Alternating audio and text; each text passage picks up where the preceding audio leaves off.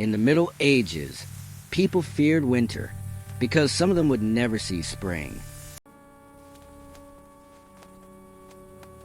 Today, we are traveling to the Middle Ages, but this is not a story about wars.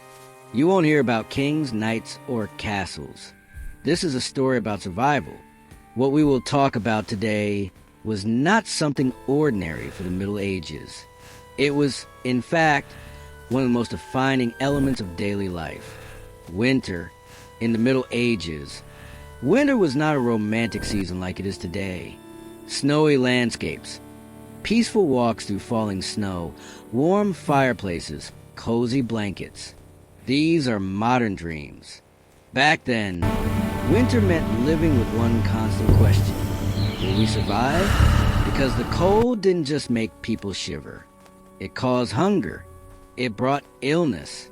And sometimes it killed quietly. In this video, we are not focusing on great events. We are talking about ordinary lives. The life of a peasant, a townsman, a family, and how they struggle with winter in the Middle Ages. So this is not the story of an era. It is a story of a season. In the Middle Ages, most people didn't know what a calendar was. There were no weather forecasts, no warnings. They understood winter had arrived in a very simple way. They woke up in the morning and saw their breath turn into vapor. Glass windows were extremely rare. Most windows were covered with wooden shutters, or with cloth, leather, or oil fabric. If that covering felt stiff in the morning, if a thin layer of ice had formed on the inside, everyone knew the same thing. Winter had begun. This wasn't news. It was a warning, because winter meant silent fields, sleeping soil, and no new food coming in. Preparation was done in autumn, because winter was survived with whatever had been stored, and most of the time it was never enough. Homes in the Middle Ages were built mainly to protect people from rain and snow, but they offered very little protection from the cold. The walls were thick, but uneven. There were gaps between them. The wind always found its way inside. Most homes had a hearth in the center, but it was nothing like modern heating. Smoke often didn't rise through the chimney. Instead, it filled the room. So houses had more smoke than warmth. It was burned for heat, and firewood was one of the most valuable resources. Every day, there was a little less of it. Both the rich and the poor knew this. As winter went on, the fire burned less, the house grew darker, and the cold grew stronger. This may sound strange to us today, but in the Middle Ages it was very common. Animals were part of the home. Cows, sheep, goats, at least during the night, they were kept in the same structure. The reason was simple. Heat. Animals were like living stoves. Leaving them outside often meant death. Losing an animal in winter was not just a loss of meat, it was a loss of the following year as well. That is why people cared less about their own comfort and more about keeping their animals alive. In the Middle Ages, clothing was not about style. It was a tool for survival. People dressed in layers. But these layers were thin and uncomfortable. Wool was itchy. When it got wet, it became heavy. Clothes were rarely taken off at night. Keeping feet dry was the biggest problem. Wet feet meant illness. Socks were difficult to dry. Shoes were stiff and let mud and water in. The head was always covered. Hats and hoods were not decoration. They were essential for keeping heat in. People rarely felt truly comfortable in winter. Comfort was considered a luxury.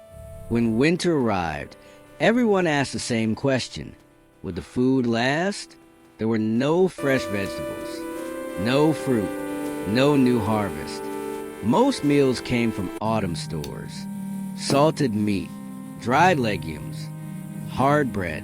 That is why soup was so important. It could feed many people with very little. Sometimes the same pot of soup was kept simmering for days, with whatever could be found added to it. Hunger was normal. People did not expect to feel full all the time. What mattered was not starving completely. Cold, poor nutrition, and crowded living conditions created the perfect environment for disease. Flu-like illnesses, pneumonia, infections. There were no doctors. There was no real medicine. People relied on herbs, prayers, and tradition.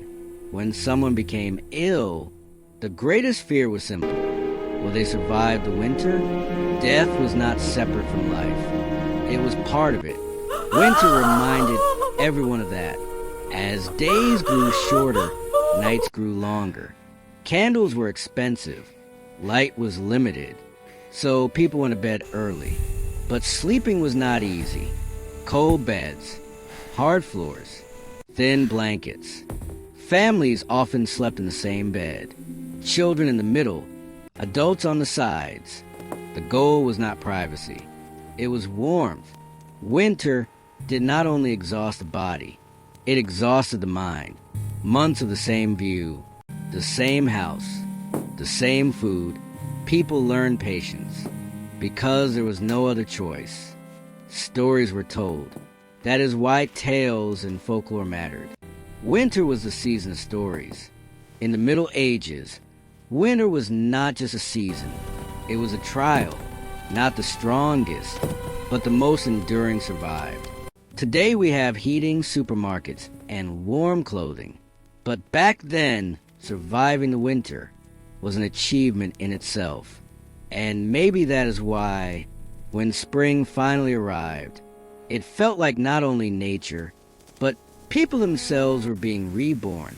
Understanding the past helps us to see the present differently. Thank you for watching. See you in other videos of Era by Era.